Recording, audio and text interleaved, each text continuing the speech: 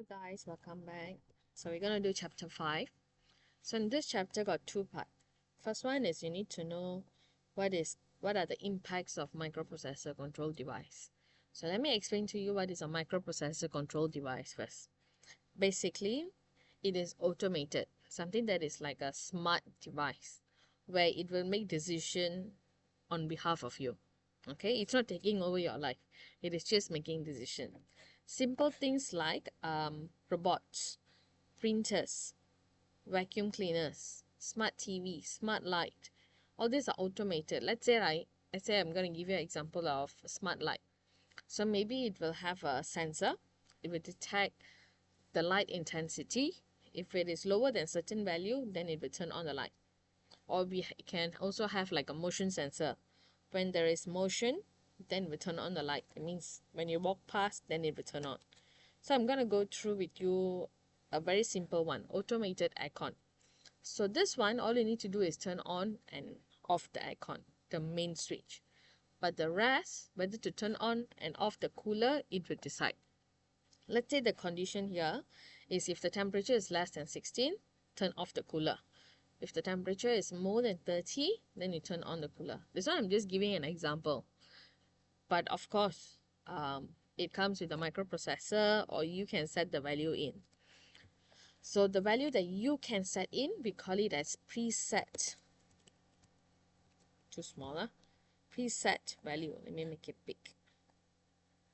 So in exam, these are like the keywords that you need to know.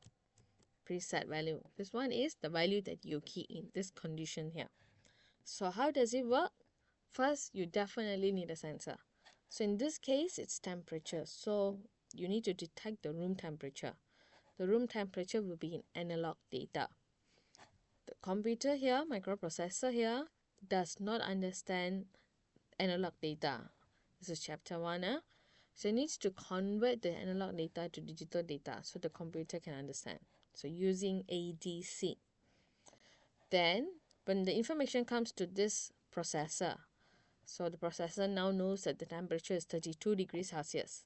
It will compare with the condition that it has, the preset value. It will compare the preset value.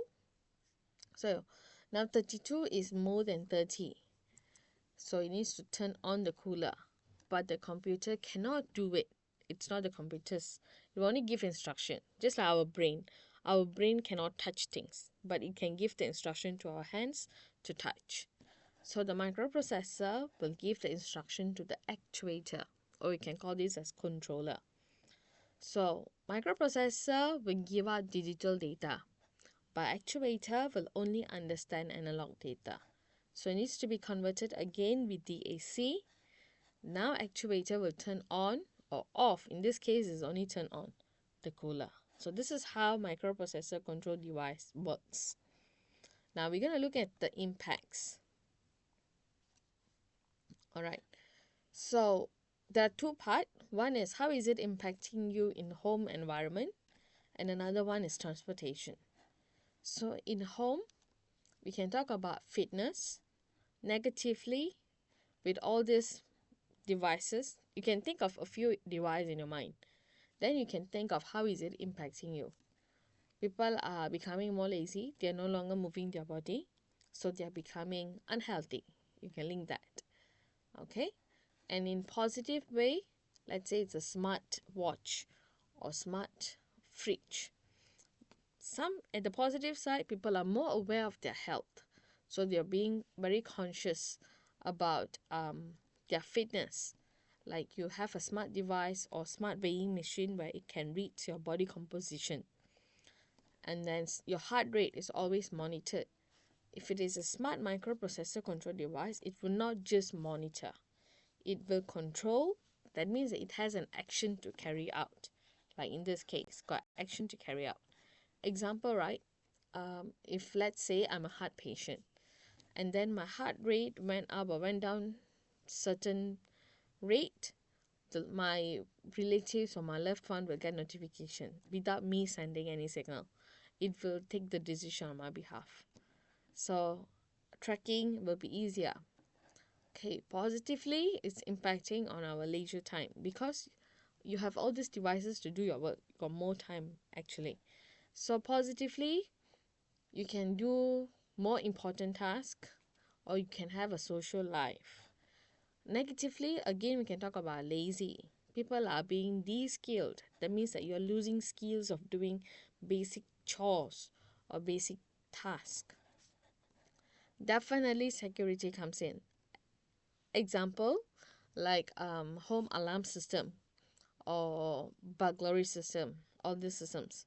So negatively, if you're connected to the internet, then you have data security issue. People can hack your information and they can steal your personal information here.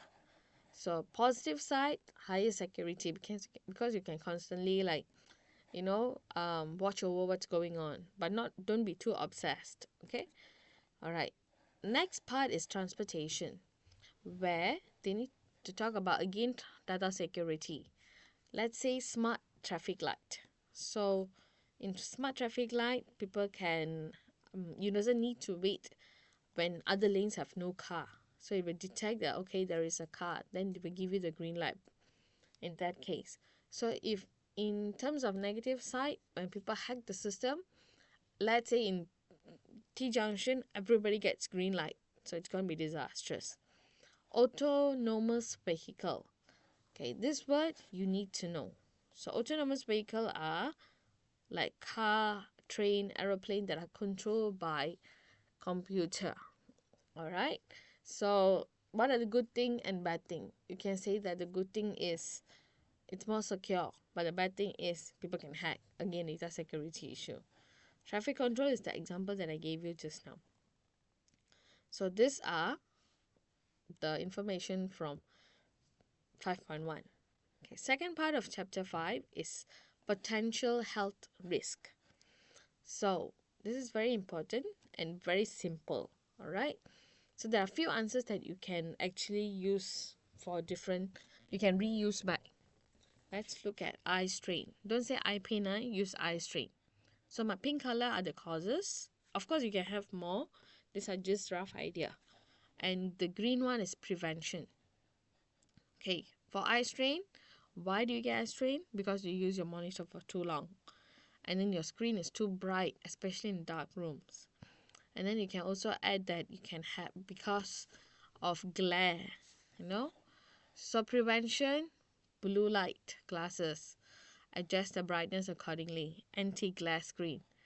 Definitely, this is like a key answer. You can use this for literally most of the things here. Take regular breaks, and then place the monitor against the window because you are facing against the window, the sunlight and your screen will not reflect much. You know, the sunlight is into your eyes, not on the screen. So especially when your screen is not matte finish. Next is headache, usually together with eye strain. Prolonged use of monitor, take regular breaks. Alright. Neck pain and back pain because of improper posture, actually, not position, posture. We cancel this. Your posture is not nice. Incorrect placement of monitor and keyboard. It's not, your keyboard is not at your eye level, and your keyboard, so not keyboard at eye level, I'm sorry. Your monitor is not at eye level. Your keyboard is not, it's either too high so that you're having shoulder pain and neck pain. So it's not, how to say, perpendicular to your hand. Okay. The key is, this is another keyword that you can use. Where's my mouse? Okay, found it. Ergonomic chair. Ergonomic chair means chair that is designed to support your back. It has shape, not like a normal plastic chair. And then you place the monitor at eye level, keyboard 90-degree perpendicular to your hand. Take regular breaks again, do stretching. And then RSI, repetitive strain injury. Prolonged or repetitive use or click of mouse and keyboard. Gamers, watch out. To prevent this, ergonomic keyboard, ergonomic mouse also can. Regular breaks. See, are you getting the idea? And then exercise, stretching. And this one, wrist rest, is where you have your what do you call that, mouse pad. and your mouse pad got an extra cushion so that you can rest your wrist. That is called wrist rest. Oh yeah, one more for neck and back pain, you can add stool to your leg so that it can support and lift up your leg a little bit. It will give a bit support to your back. For RSI, so since you got RSI, or to prevent RSI, you can use voice activated softwares. You give the voice command, hey window or Cortana, open Microsoft Word. Then you don't need to click or type anything, it will just open for you. Okay, last one is ozone irritation. This one is because of laser printer. So laser printer, because the toner needs to be charged, so it emits a gas called ozone. So this gas is not very good for you. Okay, so to prevent this is you don't sit in a room, especially you regularly print. I don't think you print that much at home, but this is mainly for like work area. And then have proper ventilation. Open the windows. Don't just sit in the aircon room. Open windows, let the air flow. Okay. And then the last step is switch to inkjet printer. This one uses the liquid ink. But the downside of it is if your ink, have some like your paper got a water contact, the ink will spread. So it's not very nice. But still, it's better than having healthy lungs. Okay, then that's all. We are done with chapter 5.